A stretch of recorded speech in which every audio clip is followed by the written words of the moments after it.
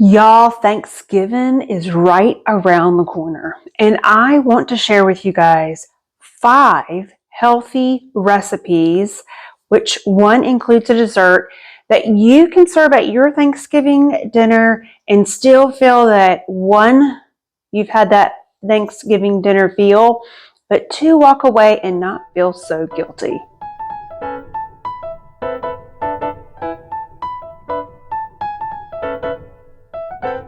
Hi, I'm Heather, and thanks so much for joining me here at Finance Working Mama. Thanksgiving is my favorite holiday because I get to do all the cooking, I get to have my family and friends around the table, and we just get to enjoy each other. We don't have the stress of all the commitments that Christmas brings, which I love Christmas as well, but Christmas season can be very busy and stressful at that.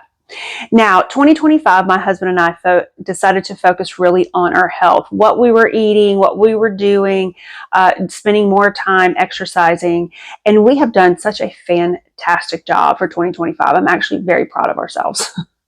However, I don't want to lose the ground that we've built and worked so hard just on a Thanksgiving dinner. Many would say, really, could you not just splurge on one day in Thanksgiving? And yes, I could, and we could. However, I have found some wonderful, wonderful recipes that I am very positive that if I put on the Thanksgiving table, not one person would complain. Actually, many of them will probably not even feel like they are missing out on the fattier, cheesier, high-calorie sides that comes with Thanksgiving. So friends, I have definitely four side dishes that I'd like to share with you, as well as one dessert. Now, for my subscribers that are trying to focus on more of a diabetic friendly diet on recipes, this is perfect for you. I actually got all these recipes from a website. I will include that website below with all the recipes attached in the description below, and they are all approved by a doctor that focuses on nutrition. So I feel very positive that you as well, being a diabetic or trying to also live that healthier lifestyle, that you can enjoy these Thanksgiving side items and dessert and feel that you have gotten your Thanksgiving food for the year. Roasted Brussels sprouts and goat cheese with pomegranate. Friends, this is an absolute easy recipe to throw together on a Thanksgiving dinner. You want to start off with 1 pound of Brussels sprouts, trimmed and halved. Then you want to slice thinly a large shallot. Once you have your shallots evenly separated across the Brussels sprouts, you want to add 1 tablespoon of extra virgin olive oil, 1/4 of a teaspoon of salt, and then 1/4 of a teaspoon of ground pepper. Now friends, you can add as much salt and pepper as you would like. And then once you have all your seasonings with the Brussels sprouts, you want to make sure you stir to ensure that all of those seasonings gets well incorporated across the Brussels sprouts and the onions. Now this gives you an opportunity to see if it needs a little something extra, meaning more salt, more pepper, and in this case, I'm thinking it needs just a tad more olive oil. The Brussels sprouts looked a little dry, and it didn't seem like the seasonings were really going across all of the dish. Once you have it well mixed together, you want to take a sheet pan and dump all of the onions and Brussels sprouts evenly across the sheet pan, and making sure you flip some of them over to get a nice coloring on those Brussels sprouts. You want to place in the oven at 400 degrees and cook it for about 20 to 22 minutes. Obviously, some might like theirs a little bit more crisp or a little bit more soft, so really cook it to your liking. Once it is complete cooked, put it back into the bowl, and you want to add 2 to 3 teaspoons of white balsamic vinegar. Now, I didn't have white balsamic vinegar, so I just used an apple maple balsamic vinegar that I purchased over the summer, which I thought would be a great complement to the Brussels sprouts. Once you get it mixed well, add it to a serving dish and then top with your cheese. I'm allergic to goat cheese, so I chose to use feta. Now, I would also think a good substitute would be a Boursin cheese. I think that would be nice and creamy. For the feta, I did put in the oven for 1 to 2 minutes more, just so that feta could soften just a tad. Once I pulled that out of the oven, then I added the 1/4 of a cup of pomegranate seeds. Now friends, just to save some time, you can find pomegranate seeds in the freezer department at Walmart. Friends, this is healthy, delicious, and so easy to put together. Slow cook green bean casserole with crispy onions. Friends, I'm making a half recipe. This recipe, if you make it the entire recipe, it serves 12. I don't need 12 servings, I just need 6, so I'm doing a half a recipe. The recipe does call for a half, 1 or 2 garlics minced, a half of a large onion diced. I used my dicer to ensure that it got to the size that I wanted. And then I'm just using 12 ounces of frozen green beans and added 5 ounces of sliced mushrooms. Then, as you can see, I've added a tablespoon and a half of olive oil, 3/4 of a teaspoon of salt, and 1/4 of a teaspoon of pepper. I'm also adding a little bit of garlic powder. The recipe does not request that, but I thought it needed just a smidge more. I'm going to add this to a 2.5 quart slow cooker, and I'm going to cover this and cook this on high for 2.5 hours. Once the vegetables are done cooking, the green beans, I'm going to start my sauce. The sauce contains, for a half recipe, a tablespoon and a half of cornstarch. The recipe also calls for dried cherry. I don't want to use dried cherry because I don't have it on hand, so I googled what would be a good replacement, and apple cider vinegar was a good replacement to dried cherry. So I'm going to add a tablespoon of apple cider vinegar to the cornstarch, and I'm going to mix well. Once the cornstarch and the apple cider vinegar is well incorporated, then I'm going to add a half a cup of non-fat Greek yogurt. The recipe does call for sour cream, but I like non-fat Greek yogurt in place of sour cream. Once I get that well incorporated, then I'm going to add the last seasoned ingredient, and that is 1/4 of a teaspoon of dried thyme. Once I have that well mixed, I'm going to take the green beans, take the sauce, mix it well, then I'm going to place it back into the crock pot and let it cook for an additional 20 minutes. The recipe that I will put in the description below shows you how to make fresh crispy onions, but friends, let's be honest, let's not go through that work when the canned version is good and tasty, especially the ones that you can find at Aldi. It doesn't have the bad ingredients in it. You're only using a little bit for a topping, so do yourself a favor and just get the canned green beans, the canned crispy onions. Friends, this turned out absolutely delicious. It will not disappoint you, and the best part is it's low in calorie, and wow, is it packed with flavor. Slow cooker sweet potato casserole with marshmallows. Friends, you need to start off with some sweet potatoes, some brown sugar, chopped pecans, pepper, vanilla extract, nutmeg, cinnamon, salt, and 3 tablespoons of butter, and of course some marshmallows. Now friends, let's put all this together. You want to melt 3 tablespoons of butter and add it to a bowl. Then you want to add a half a teaspoon of ground pepper. Then you want to add a half a teaspoon of ground cinnamon. And then 1/4 of a teaspoon of ground nutmeg. As you can see, friends, I have the nutmeg seed or bulb, I'm not sure what you call it, and I'm grating it into the bowl. Basically, I'm eyeballing it.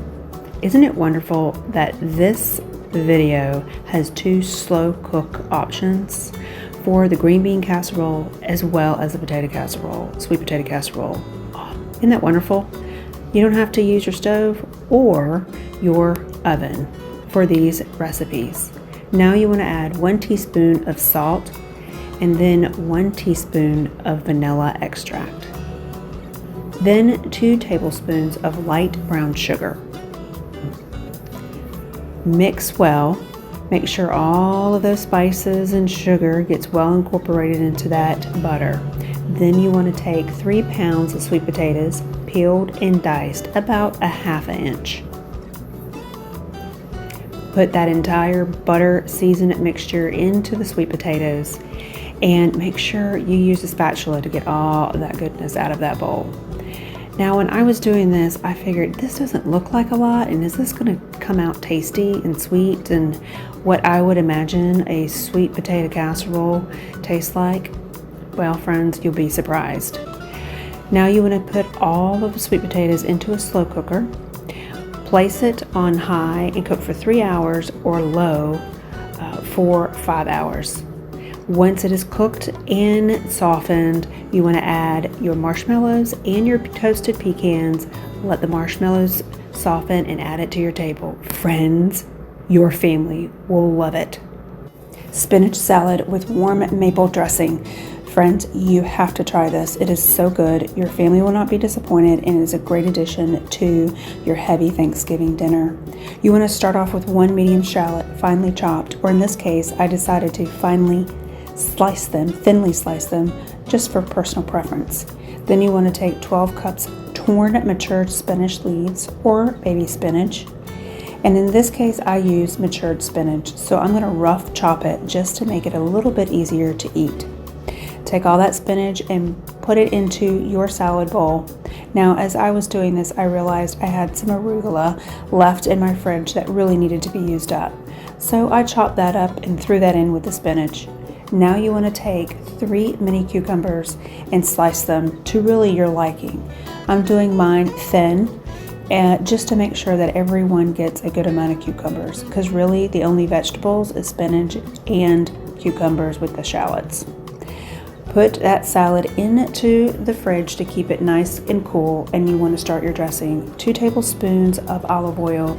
You want to add all of that medium shallot to the bottom of a saucepan, and you want to saute until it is softened. Once it is softened, you want to add 1/4 of a cup of apple cider vinegar, or as the recipe called, as cider vinegar. Then add 1/4 of a teaspoon of salt, 1/4 of a teaspoon of ground pepper, and 2 tablespoons of pure maple syrup. Make sure you mix well. Make sure all the ingredients get well incorporated. Let it simmer for just a few minutes, just to make sure it gets warm and everything gets married together. Then you want to add that salad dressing to your bowl, and then 1/4 of a cup of toasted pecans. Mix well. The recipe does call for Gouda or cheddar cheese. I chose to leave it out just because I didn't think it needed it. Cinnamon streusel fresh apple bars. Friends, you want to start off with cracking 2 large eggs into a bowl. Then you want to add 1 teaspoon of vanilla extract. Whisk those 2 ingredients well, and then you want to add in 3 tablespoons of a neutral oil, such as canola, avocado, or I'm just using vegetable. Whisk that together.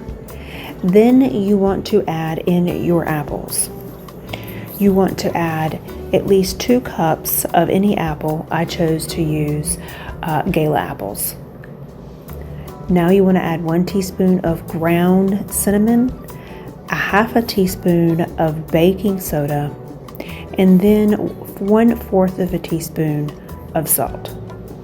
Mix that well, and then you want to add in your sugar, which is 3/4 of a cup of white sugar. Tip: do not use sugar substitute. It doesn't come out well. Once you get the sugar well incorporated with the mixture, that is when you want to add 1 1/4 cup of all-purpose flour. Grease a 9x13 pan.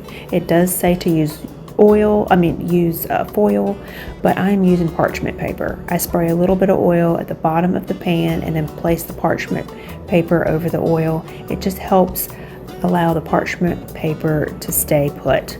Then I greased the parchment paper and I added all the apple mixture to it. As you can see, I'm trying to spread it over the casserole dish. It makes it a lot easier to be able to spread out evenly. Once you have that accomplished, make sure you preheat your oven to 350 degrees, and you want to make your streusel topping. You want to add 2 tablespoons of white whole flour, 2 tablespoons of packed brown sugar, 1 teaspoon of ground cinnamon, and then 2 tablespoons of butter. Now I used softened butter because my kids are not a fan of the streusel topping. However, I do think it's important that we have a sugary bite to the top of it. So as you can see, I am just placing out basically it is turned into paste, sugar topping onto the top. And I did sprinkle a little bit of oatmeal on top just because I just felt like it needed it. You want to bake it for 20 to 22 minutes until a toothpick comes out clean.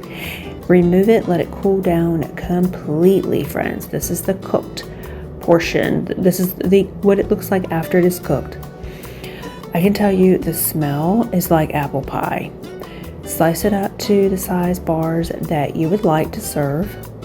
I'm going to place mine on a nice cake platter for design. Look, see that? Oh, can you see all the apples and the cinnamon? That cinnamon bite tasted so good.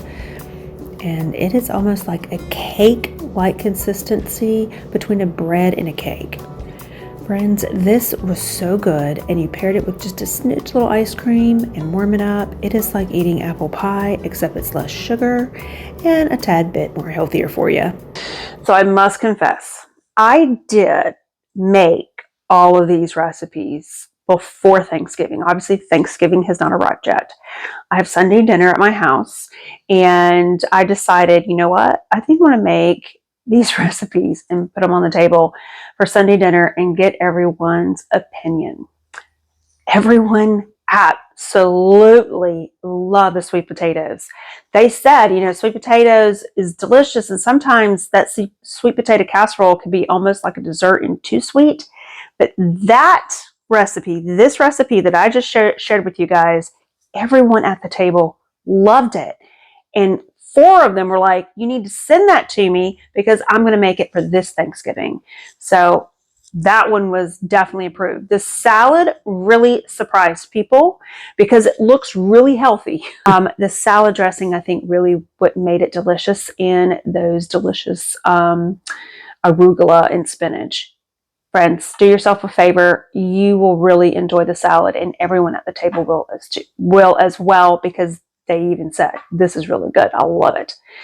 Green bean casserole, a lighter green bean casserole. Interesting enough, a lot of people don't like green bean casserole. They're like, oh, it's too thick, it's too heavy, it's too salty. But this one they enjoyed, and you don't feel as guilty when you walk away.